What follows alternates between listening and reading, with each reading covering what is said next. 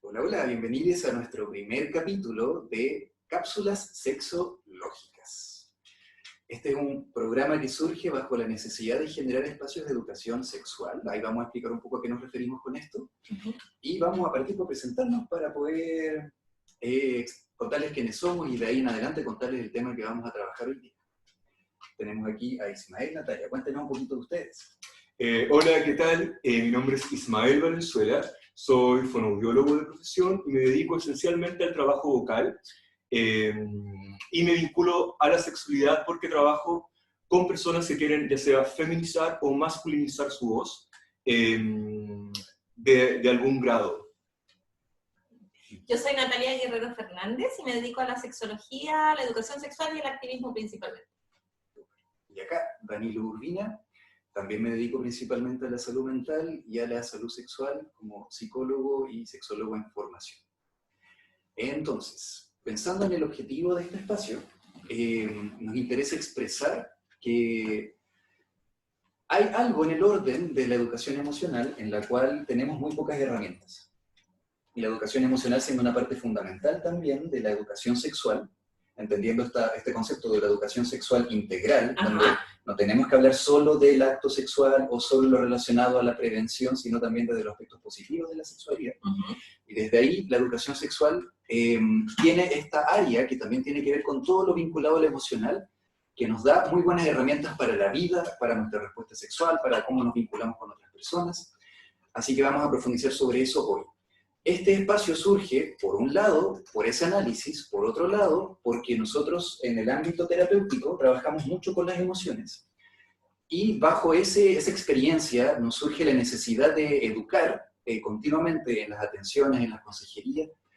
Y hablamos de esto y quisiéramos no perder tiempo hablando de esto en las atenciones, sino generando un video en el cual podamos recomendar a nuestros consultantes, pacientes que vean este material y de esa forma darles tareas a propósito de este concepto. Pero en verdad nos parece importante que este material sirva para cualquier persona que le sea útil, no necesariamente teniendo un problema respecto a mis emociones, sino como herramientas para la vida, para poder conectarse con ello y funcionar de mejor forma.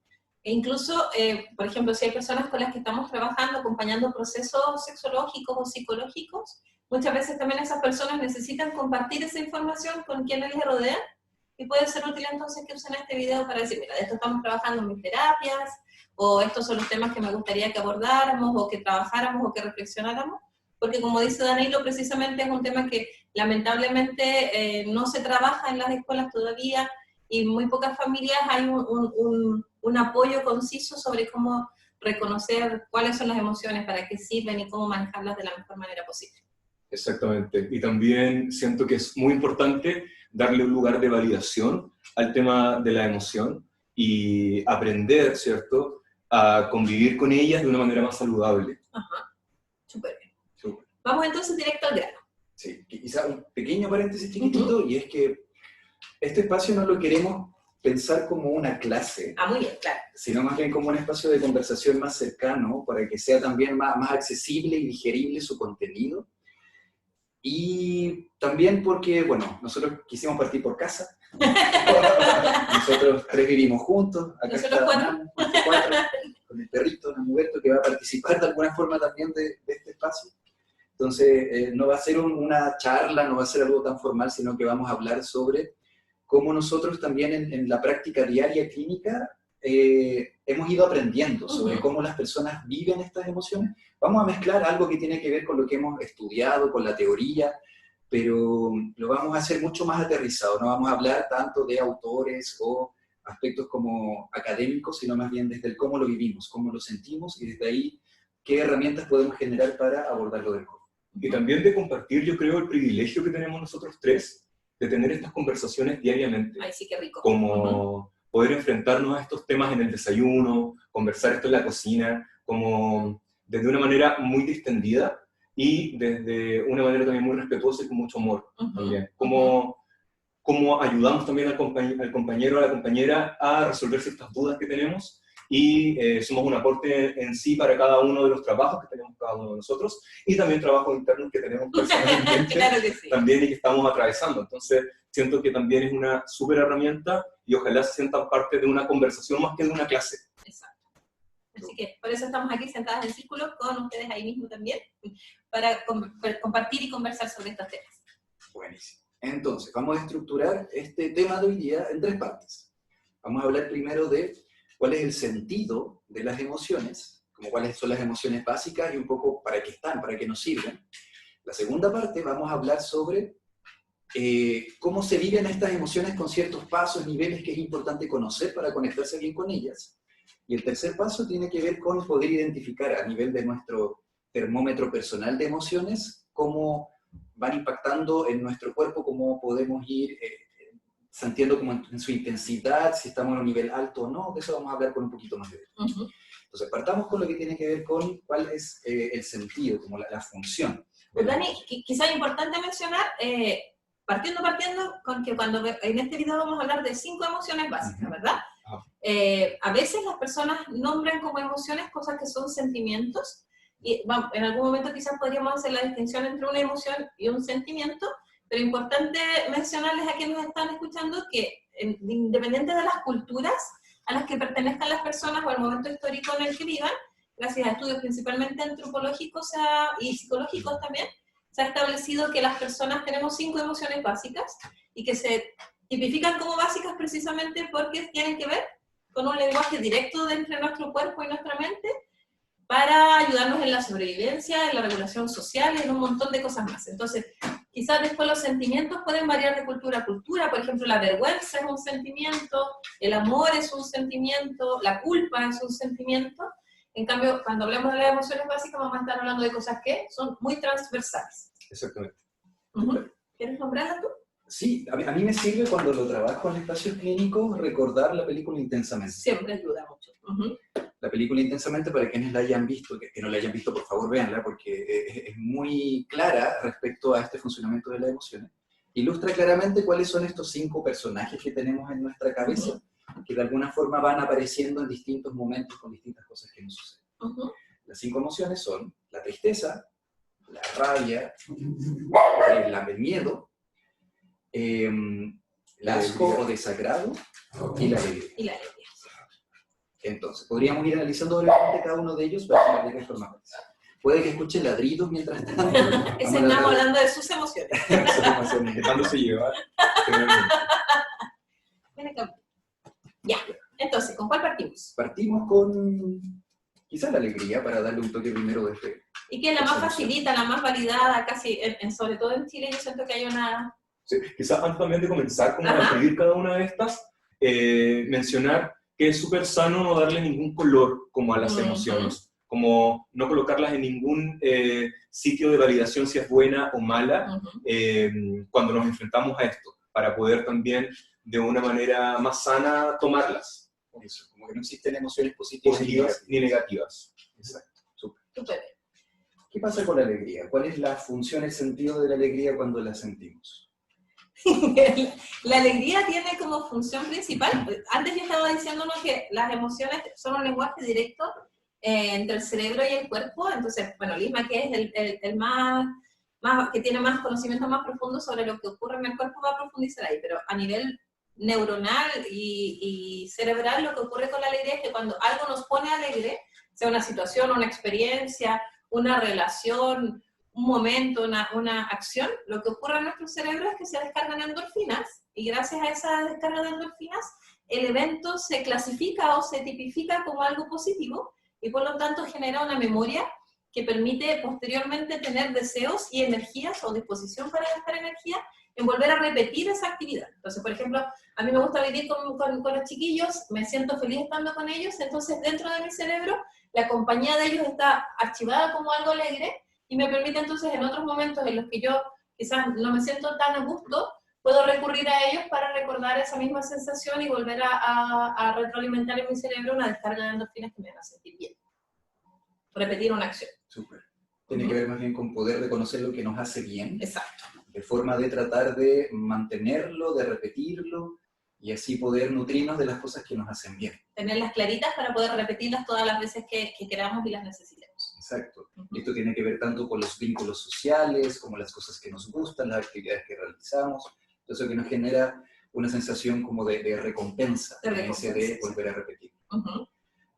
Ismael, pensando en este correlato más físico, si yo siento alegría, ¿cómo lo puedo ir reconociendo? ¿Qué pasa ahí? Sí, algo interesantísimo que pasa con las emociones es que cuando acontece una emoción en el cuerpo bloquea ciertas cosas.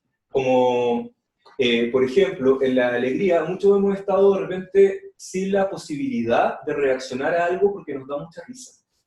Como hemos estado como, bueno, acá pasa mucho como doblados básicamente en el suelo, riéndonos y sin poder levantarnos. Entonces es una emoción muy agradable para el cuerpo, donde el cuerpo se olvida de las cosas sin un miedo detrás o sin una tensión detrás. Entonces, eso por un lado es súper bueno, súper positivo, si lo pensamos desde el punto de vista del relajo, ¿no? Ahora, ¿qué pasa cuando ese relajo no es posible, ¿no? Cuando estamos, por ejemplo, en no sé, si nos diera un ataque de risa en este ambiente que lo hemos querido semi-formalizar, un poco como para entregar ciertos conceptos, también sería un poco como descuidado. Entonces, ahí también uno va luchando con ok, ¿le doy paso a esta alegría o la contengo? ¿No? Claro, o me bloqueo yo mismo y estoy como con estos espasmos de no dejar salir la emoción, ¿cierto? Contenerla en un momento, y por lo menos lo que me pasa a mí personalmente cuando trabajamos con ciertos pacientes es que el trabajo vocal ellos lo pierden un poco al comienzo, ¿no? Entonces yo estoy trabajando una voz quizás un poco más aguda, ¿cierto? Porque estoy trabajando como con un resonador un poco más adelante. Pero al momento de reírme, me olvido de que estoy ocupando este resonador y aparece una risa que quizás se vincula más con la voz que tenía antes y que no me gusta tanto, ¿no? O también pasa con personas que han querido agravar su voz, ¿cierto? O masculinizar, en cierto sentido, que tienen una voz un poco más grave o más atrás, que al momento de reír la voz sube un montón. Entonces se sienten también un poco como traicionados por la emoción. Como, ok, me encanta reírme, me encanta pasarla bien, pero siento que tengo que cuidarme mucho de no perder, ¿cierto? Como Como un deber ser. Es como este deber ser. Entonces, yo creo que lo primero es como hacer como estrecharle la mano a esta emoción y decir, puta, es mi risa. Ya sea que mi risa sea... Hay gente que se ríe como con la nariz, ¿cachai? Como, ok, es mi risa particular, es lo que mi cuerpo siente. Pero esto también se puede educar. Nosotros podemos entrenar el cuerpo, ¿ya? Para buscar una risa que nos acomode más, para también en este momento de risa o de alegría distendernos completamente y dejar que el cuerpo, ¿cierto?, reaccione como quiera reaccionar. Y porque ya lo tenemos como entrenado, muscularmente. Entonces, siento que es súper sano, como primero, amigarte con tu risa real y preguntarte por qué no te gusta, ¿no? Y si esa preocupación es real o es una preocupación más establecida, como desde fuera, ¿no? Y el momento de que tú decides, ok, ¿sabes qué? Sí, quiero reírme, tener la posibilidad de reírte de otra forma, manejar tu voz. En el caso que eso te haga sentido. En el caso de que eso te haga sentido, ¿no? Porque a mí siempre me gusta, más que cuando me dicen yo quiero cambiar mi voz por otra, siempre me gusta como aterrizar el concepto y decir, quiero tener la posibilidad de ocupar otra voz aparte de la mía. Como si tuviera un closet lleno de ropa. Ok, tengo la ropa que ocupo siempre, pero a veces puedo tener una ropa que la ocupo para ciertas ocasiones especiales, ¿no? Y me gusta mucho que descubran esas voces. Que todas habitan en uno, porque estamos muy acostumbrados a tener una. Como, oh, pero esa es tu voz, ya no hay otra. Y si estaba hablando más raro es porque estaba hablando así. Bueno, porque hay muchas voces habitando en mí. Y la alegría saca a conocer, ¿cierto? Quizás una de las voces que no nos gusta tanto. Que es como esta voz desparramada, ¿no? Que aparece desde lo orgánico. Entonces, nada, como corporalmente eso es un poco lo que pasa. O sea, yo rescataría un par de elementos que nos van a servir para las otras Sí. emociones también. Y algo de esto tiene que ver con el hipercontrol que a veces ponemos sobre las emociones. Exacto. Un poco muy relacionado a este deber ser o deber expresarnos de determinada forma que nos han dicho que deberíamos funcionar. Y aquí los temas a veces están relacionados a este deber ser como de rendimiento, de mostrarnos, pero también a temas de género, que Súper. tiene que ver un poco con lo que decías tú, finalmente, de qué forma debería reírse un hombre, de qué forma debería reírse una mujer, Una señorita. una señorita. ¿Cuánto debería reírse una persona? ¿Cuándo? ¿Cuánto y cuánto? ¿Y cuánto? ¿Cachai? ¿Con qué intensidad? ¿Con qué intensidad? ¿No? Súper. Eso que dicen ustedes tiene mucho sentido también en los estereotipos de género. De hecho, hay hasta dichos que son despreciativos o que intentan menospreciar. Por ejemplo, si las mujeres se ríen mucho, como, ay, soy buena para la risa. A mí me pasa muy frecuentemente. La risa se ríen en la abunda fila, en la boca de los tontos. la risa abunda en la boca de los tontos. Entonces, incluso la emoción que hemos tipificado históricamente como la más positiva, también hay una crítica social en relación a cómo se expresa, cómo se vive, cómo debería ser, y es bonito saber que hay personas como Ismael que trabajan en poder acompañarte a tener una mayor versatilidad y manejo y dominio de aquello, pero obviamente para quienes necesitan y les hace sentido. Lamentablemente yo conozco muchas personas que, porque han recibido muchas críticas sobre su risa, no se ríen. Exacto. Y eso es una pena, o uno expresa la alegría porque hay una censura. Ojalá poder saltar esa censura, pero también hay que ser crítica con las personas que en vez de saltar la censura prefieren modificar también porque están en la vivencia de esas personas solamente la respuesta de por qué quieren hacerlo así. Exacto. Súper interesante esto, como que le podemos poner una barrera a la alegría. Sí. Es importante reconocer cuando pasa eso. Claro que sí. Súper. Yo creo que podríamos ir andando con la alegría, pero para hacer este video como más específico con todos estos temas introductorios, Y vamos a pasar una cosa chiquita, como también es interesante esta emoción, porque nos indica también un camino que nos hace como bien, como lo que decía quizás Natalia al comienzo, estoy aquí porque me hace bien, porque me siento este relajo, ¿no? Y también a veces estamos haciendo cosas y la respuesta es esa, porque nos hace bien. Estoy haciendo como quizá un curso de bordado que no me va a traer ningún tipo de beneficio, más que hacerme sentir bien. Y está súper bueno también, esta emoción es una súper buena aliada para eso, para reconocer cosas que nos hacen bien.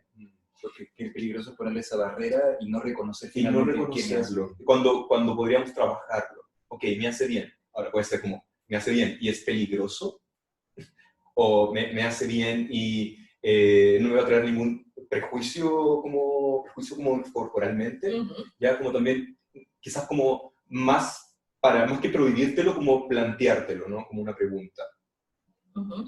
Perfecto.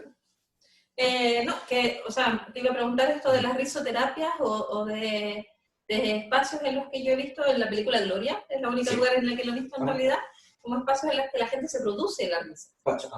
En Pachams también, ¿verdad? Sí. Claro, eso es como... Sí, es porque, bueno, y esto engloba a todas las emociones. Acá también va a haber un poco de discurso mío, propio como personal, y de estudios, ¿no? Yo siento que nuestra cabeza o nuestro cerebro es súper joven, como en relación a cuánto hemos estado viviendo en la Tierra, la experiencia que tenemos con el medio. Entonces siento que nuestro cerebro aún es un cerebro como troglodita, ¿ya? Como que... Cavernícola. Como que responde a ese tipo de cosas, ¿no? Vemos comida y salivamos, como escuchamos un ruido y pensamos que algo va a pasar, vemos una película, ¿no? Donde va a pasar algo tenso y nuestro cuerpo responde a eso. Cuando yo sé que no me va a pasar nada malo cognitivamente. O sea, si a la protagonista de la película la matan a cuchilladas, yo sé que no me va a pasar nada a mí, pero solamente el hecho de estar mirando, ¿cierto? Me produce una sensación corporal de que hay un peligro, ¿no? Y alguien me toca o algo y respondo a eso, ¿no? Entonces, claro, en la risoterapia pasa esto, porque el cuerpo no entiende finalmente si lo que está pasando es real o no. Entonces, finalmente, si yo estoy forzando a mi cuerpo corporalmente a reírse, mi cuerpo va a generar, ¿cierto?, un sinnúmero de mecanismos internos que me van a beneficiar en este caso, ¿no? Lo que decía Natalia en un comienzo, ¿no? Generar hormonalmente, ¿cierto? Sustancias que a mi cuerpo le van a hacer sentirse bien, ¿no? Entonces tiene que ver con eso. Y para eso hay un montón de estudios que han volcado la atención en cómo funciona la risa corporalmente. Entonces, por ejemplo, en base a la respiración, la risa es una inspiración larga y tres exhalaciones cortas. Entonces vendría a ser como algo como... Y a eso le pongo una cosa corporal, ¿no? Que sería como la cara, ¿no? Y le pongo un poco de voz y... Y ya ahí todos, la risa también tiene esto de que es contagioso, ¿no? Que no vemos a alguien reír y también entramos en ese... Entonces es muy interesante preguntarse en si personas que están pasando por estados más difíciles de emoción, vincularlos a esta risa corporal, el cuerpo entendería de una forma que estamos en un estado distinto. Y es ahí donde se basa un poco el tema de la risoterapia desde el punto de vista corporal. Eso encuentro que es súper interesante para el trabajo. Muy bien. Quizás vamos a aprovechar la vinculación que hiciste ahí como también con las películas de miedo. Ajá. Para hablar de esa emoción. Buena. Y preguntarnos también qué pasa con esta segunda emoción, cuál también será su función, por qué sentimos miedo. Es una emoción que normalmente atribuimos como algo negativo, porque está la visión cultural de que una persona que tiene miedo es una persona poco válida, es débil, es cobarde, pero finalmente es una emoción muy importante. Cuéntanos como también de lo que tú has visto, trabajas, ¿para qué nos sirve finalmente? Sí, el miedo de hecho creo que es de los que queda más claro en la película intensamente para qué sirve, porque hay una escena en la que específicamente el miedo salva a la niña de caerse en unos cables cuando es bebé, y ahí está súper clarito, el miedo sirve para evitarnos riesgos o peligros a nuestra integridad física o mental, y por lo general nos detiene, ¿no? Ahí tú vas a profundizar un poquito más, nos puede detener para evitar una acción que es peligrosa, o también, que a mí me gusta mucho verlo así, nos puede detener para que tras evaluar nuevamente el panorama podamos seguir adelante.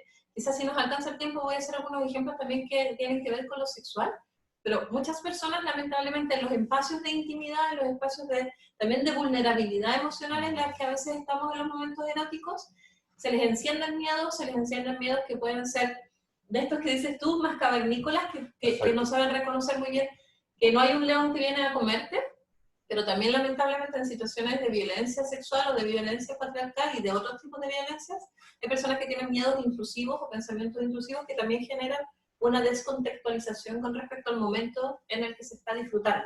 Sí. Entonces, desde mi punto de vista, no siempre el miedo lo que busca es que te detengas y retrocedas, sino que muchas veces es un stop que te permite mirar el espacio, reconocer si efectivamente es peligroso o no. Si es peligroso, tomar las medidas para que no lo sea. Si es que no lo es, volver al presente y poder disfrutar entonces del espacio de calma y de protección en el que realmente uno está. Sí, y algo súper importante que también lo mencionábamos al comienzo, es el poder reconocer la emoción del miedo, ¿cierto? Y significarla, no como algo bueno o algo malo, sino como quizás una incertidumbre ante lo que está pasando. Exacto. Y al significarlo de esa forma, es fácil decirlo, oye, es que, ¿sabes qué? Esto me da miedo, ¿ya? Y que el otro te pueda decir, ¿por qué? ¿En qué te puedo ayudar? O cómo podemos simplificar esto a darle un bajo. ¿Cómo te va a dar miedo? Si es como, ¿te das cuenta? Invalidar. Es invalidarte el miedo, ¿no? Y finalmente el miedo es una respuesta, tal como decía Natalia, a algo que nos hace, ¿no? Como mirar y observar el contexto y reaccionar, ¿no? Porque no estamos acostumbrados a la situación, porque tuvimos una mala experiencia realizando la situación, ¿cierto? O por X motivo que haya pasado antes, ¿no? O porque lo vimos que le ocurrió a alguien algo malo, porque también aprendemos los seres humanos de manera vicaria. Exacto. O hasta lo escuchamos. O hasta lo escuchamos. O algo en nuestro cuerpo reacciona a eso de una manera que nos da temor, ¿no? Y el temor puede ser un temor que nos paraliza, ¿cierto? Como, qué sé yo, cuando sabes que hay algo, cuando uno era niño, ¿no? Se metía bajo las sábanas porque sentía que había algo en la habitación, ¿no? Y te paralizas, ¿no? Y te pones esta como sábana mágica que no te va a pasar nada, ¿no? Pero estás ahí como quieto, respirando muy suavemente, ¿cierto? El aire entra y sale, ¿no? Muy suavemente, apenas se escucha, y nuestro cuerpo tiene una leve tensión, ¿no? De alerta. ¿Por qué? Porque tenemos que salir corriendo en cualquier momento, ¿no? Porque como decíamos, va a venir el león y me va a comer. Mi cuerpo no entiende eso, ¿no? Estamos viendo una película y algo va a pasar, ¿no? Algo me tenso completamente.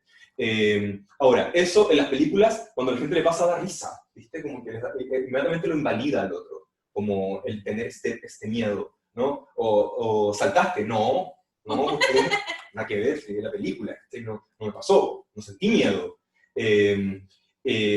O el te atreves, ¿no? ¿Te atreví o no te atreví? Obvio que sí. ¿Cachai? Y Cuando la masculinidad es sobre todo eso. podríamos decir como, puta, ¿sabéis que me da miedo? Como, la verdad es que me puede súper interesar, pero quizás me podía acompañar de otra forma que me haga sentir más seguro, más segura. ¿No? Eso.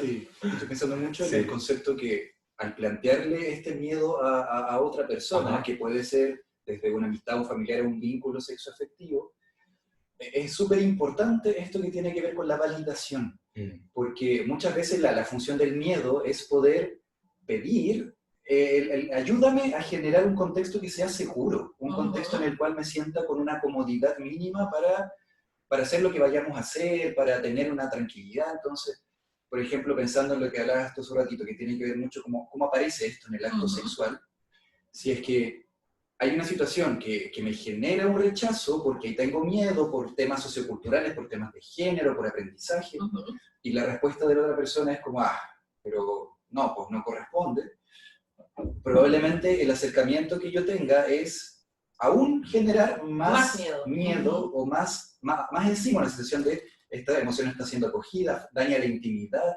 daña varias cosas que pueden ser también perjudiciales para el vínculo, que normalmente una de las bases que tienen que tener los vínculos para que sean estables, sustentables, tiene que ver con la confianza.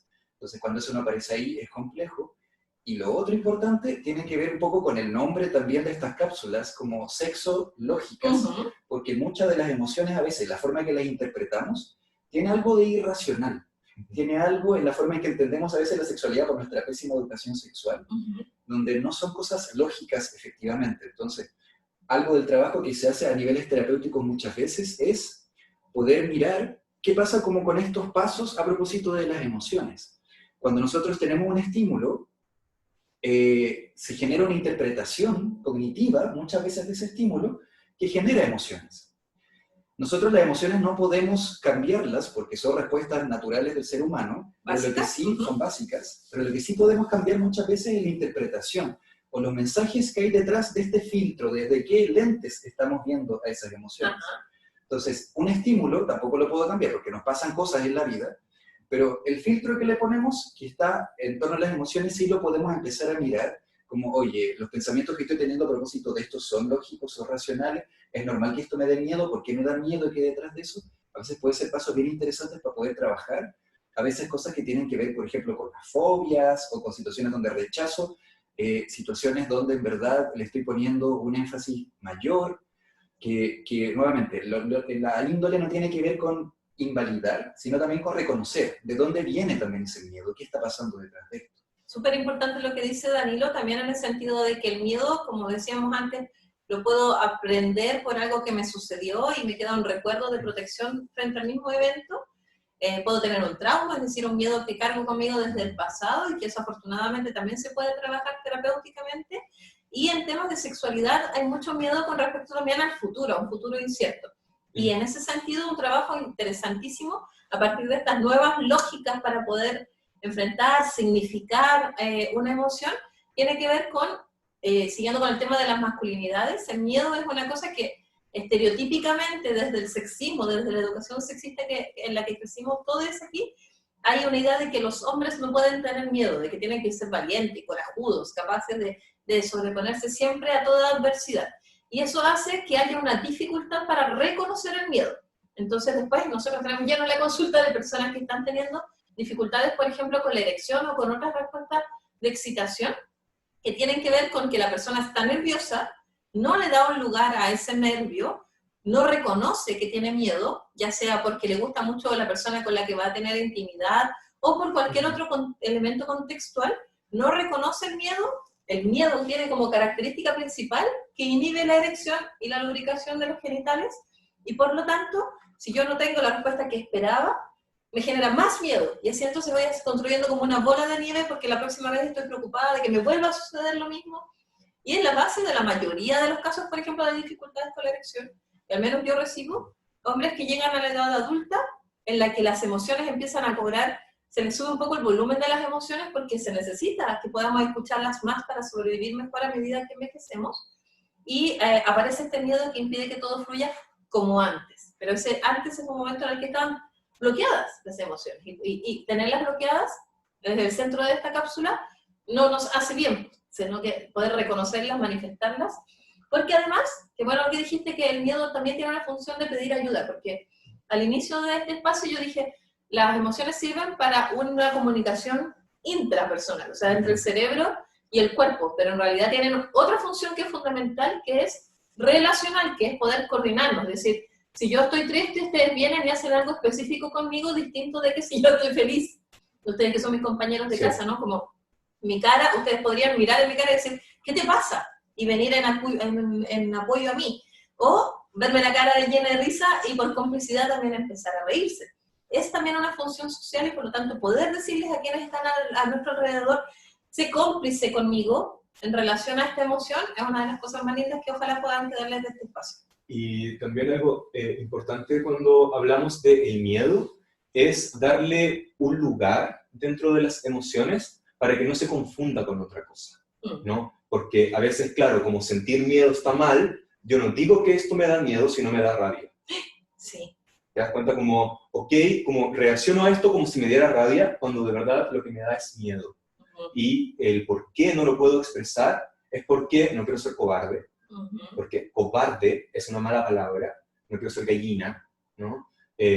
No quiero ser ese hombre el que no pudo hacerlo porque le daba miedo, ¿no? Entonces puedo disfrazarla de rabia, o incluso de risa. Entonces, no puedo porque me da risa. ¿Te das cuenta? Empieza el acto sexual y me da ataque de risa. Entonces la otra persona siente que también se está invalidando un poco lo que está pasando, ¿no? Desde la risa. Y cuando lo que de verdad hay atrás es miedo. Y es súper como confuso para estas personas porque muchas veces ni ellos mismos saben este disfraz que hay delante. Y también se quedan con la idea de que lo encuentran ridículo lo que están haciendo. Por eso no lo hacen o no se animan, ¿no? Entonces también es importantísimo, yo creo, que reconocer cada una de las emociones que estamos sintiendo para poder entenderlas también. Y para hacer lo que esa emoción me está pidiendo hacer. Exactamente. Porque si nuevamente yo confundo una emoción con otra y la convierto en rabia de alguna forma dentro, convertirla entre comillas, porque igual va a seguir ese miedo ahí. Exacto. Finalmente va a quedarse ese miedo y va a aparecer de alguna otra forma, en algún otro contexto, se puede acumular, ahí vamos a hablar un poquito de eso. Y porque puedo estar trabajando una emoción equivocada. Exacto. Aprovechemos a hablar de la rabia. Hablemos de la rabia. La rabia es una emoción que, como todas, también bloquea lo demás. Y yo creo que es mucho más como ejemplificativo que cuando sentimos rabia, o es una disculpa también. Discúlpame, tenía demasiada rabia, ¿no? Discúlpame lo que dije, discúlpame lo que hice, ¿cierto? No me acuerdo de nada, ¿no? Lo vi todo rojo de repente y no sé qué pasó, ¿no? Y bueno, ahí se ven problemas de comunicación, problemas de violencia, lamentablemente también, ¿cierto? Problemas también como incluso de cosas como accidentes, ¿no? Accidentes como propios, con tu propio cuerpo. La rabia es una emoción donde finalmente las respiraciones son profundas y rápidas, donde no hay un control, donde la tensión del cuerpo se genera en todo nuestro cuerpo, ¿cierto? Se tensa para enfrentar una situación, ¿no? Una pelea, algo que nos es difícil enfrentar y nos da como un berserker, como...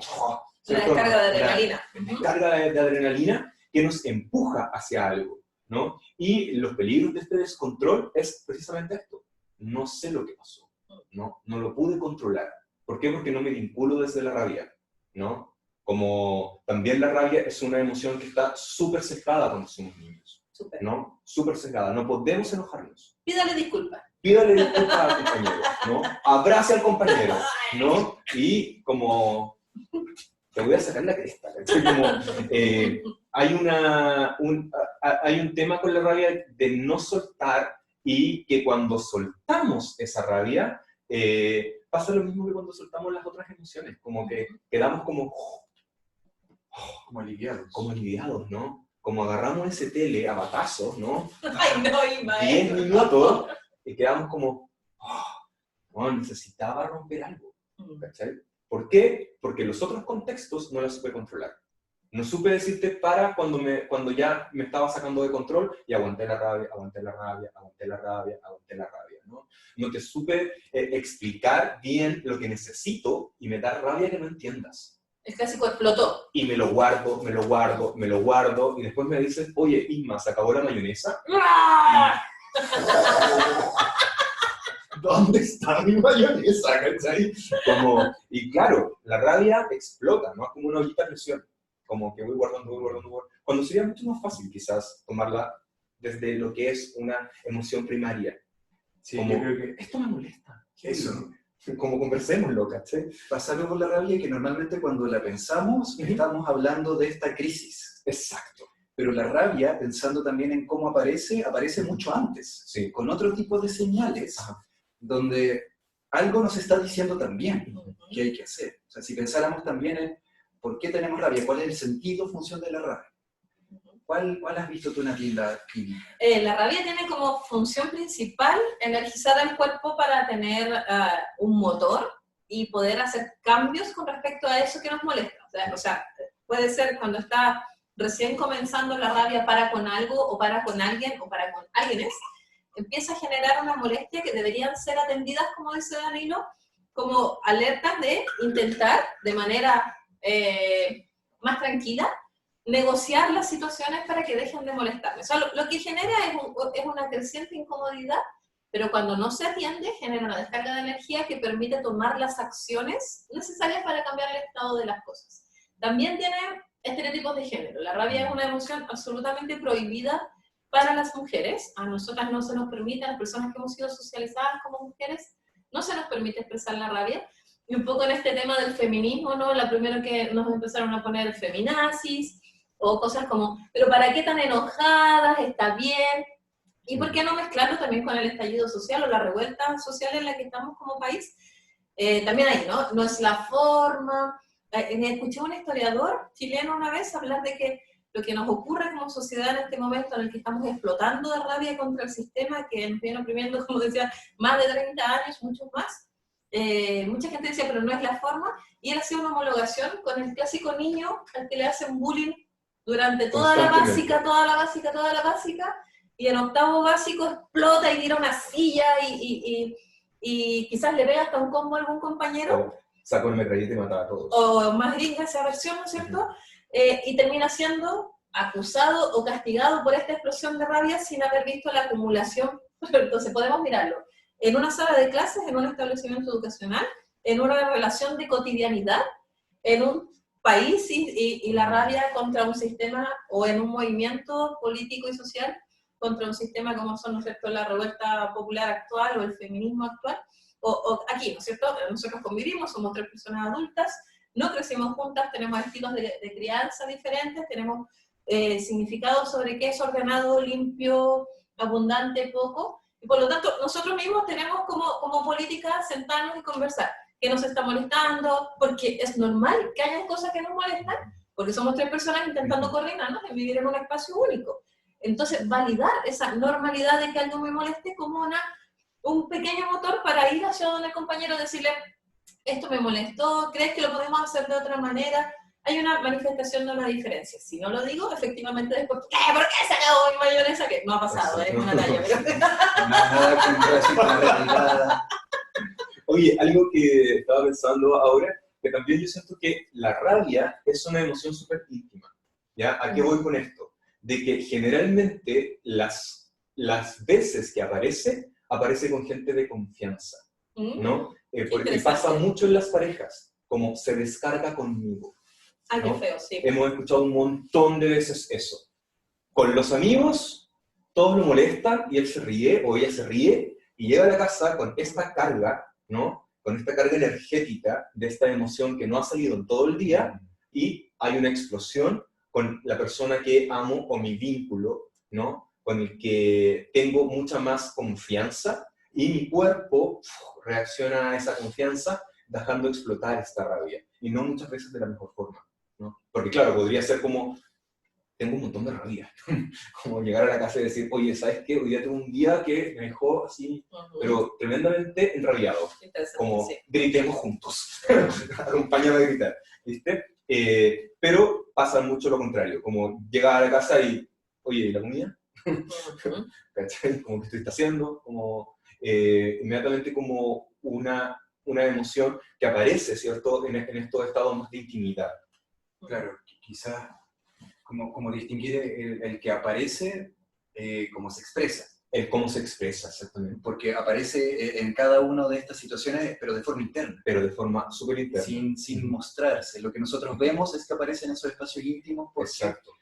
normalmente es en un momento en el cual ya no di más y exploté, o normalmente porque a veces también requiere, nuevamente, este deber ser, estas barreras sociales del espacio público, de los colegas de trabajo. Y yo siento que además la rabia tiene algo bien interesante a propósito de esta vinculación con todo el proceso de Chile, con todo el estallido social, que tiene relación con la injusticia. La muy rabia importante. es una señal que es también, a propósito de nuestra sobrevivencia, muy importante, porque nos muestra esos momentos donde se nos pasa a llevar, donde hay una situación donde nos molesta también porque nos sentimos como dañados de alguna forma. Claro. Entonces, cuando se nos genera un daño, la rabia tiene una función muy importante que es poder poner límites, claro. poder controlar esa situación, poder exigir mis derechos, poder manifestar que hay necesidades que no se están cubriendo. Entonces, al respecto de esta emoción, es súper importante sentir la rabia, porque si no la sintiéramos, no tendríamos conciencia de estos límites, de cuáles son mis necesidades, de cuáles son mis sensibilidades, a propósito de las historias de vida, a propósito de los estilos de apego, convivencia. Es muy importante que la rabia aparezca, porque así nos permite reconocer esto me está pasando a llevar, esto me genera una sensación de injusticia. Entonces, una forma ideal de conectarse con esa rabia es poder reconocerla y poder plantear esto que me está generando una molestia y una injusticia. Ahora, si esa injusticia es frecuente, obviamente va a llegar ese momento de explosión. Lo que vimos en nuestro país en octubre fue eso. Estaba todo este movimiento social un poco desde esta idea de vandalismo. ¿Por qué? Porque había rabia acumulada de años. Por eso aparece de esta forma. Pero si entendemos también todo este sentido más psicológico y sociológico de las emociones, podemos entender que se podrían haber hecho millones de acciones antes, porque la gente ya estaba manifestando esa sensación de injusticia que finalmente se convierte en esta explosión. Claro, si yo te digo todos los días, oye, me molesta que hagas esto, por favor, podemos regularlo. Oye, ¿cómo hacemos para que esto no me moleste tanto? 10 veces, 30 años, como que a un cierto punto te digo, ¡ah! Busco otra forma más radical. Exacto. De poner los límites que me van a permitir sentirme a gusto, a mí o a otras personas a las que estoy viendo que se les están transgrediendo los límites. También yo puedo sentir rabia por algo que ocurre para con otra persona, aun cuando no me toque a mí en primera persona. Sí, y siento que algo bueno de vincularte con la rabia en estos estados más primarios es también desenredar este enredo de una forma más fácil y amable, ¿no? Ok, ¿qué es lo que me está molestando? ¿No? Y poder encontrar una solución a esto. Porque también lo que tiene la rabia es que, como te bloquea, quizás la respuesta que era muy simple, pero no la habías buscado en su momento, ya no te hace sentido. Ah, qué importante, claro. Ya no te hace sentido porque no lo estás escuchando al otro. Ya lo dejaste de validar, ya no te interesa, ya solamente estás vomitando lo que te pasa. Entonces también es súper interesante como vincularte con la rabia en el momento preciso para poder escuchar qué tiene que decir el otro también con respecto a eso. Sí. Cuando puede ser algo súper sencillo como no sabía que te molestaba. Por ejemplo. Por ejemplo, claro, como sí. yo pensé que nos estábamos molestando todos. ¿Te das cuenta? Que de repente cuando tenemos grupos que tienen esta dinámica, ¿no?, de estar constantemente vinculándose desde el sobrenombre, desde el denostar al otro, ¿no?, que es una dinámica que se da en muchos grupos, puede haber uno que no se sienta tan cómodo con eso, pero se deja llevar como en esta dinámica, y llega a la casa con mucha rabia. ¿Por qué no les digo a los otros? Cuando puede ser muy sencillo como, oye, ¿sabéis qué? No me gusta que me digan guatón. Como, díganme de otra forma, me complica. Puta, no sabíamos, ¿cachai? Quizás podemos conversarlo. Claro. O pueden haber momentos distintos de vida. ¿No? Exactamente. O días distintos en los que esté disponible un humor más sarcástico y otros en los que no también.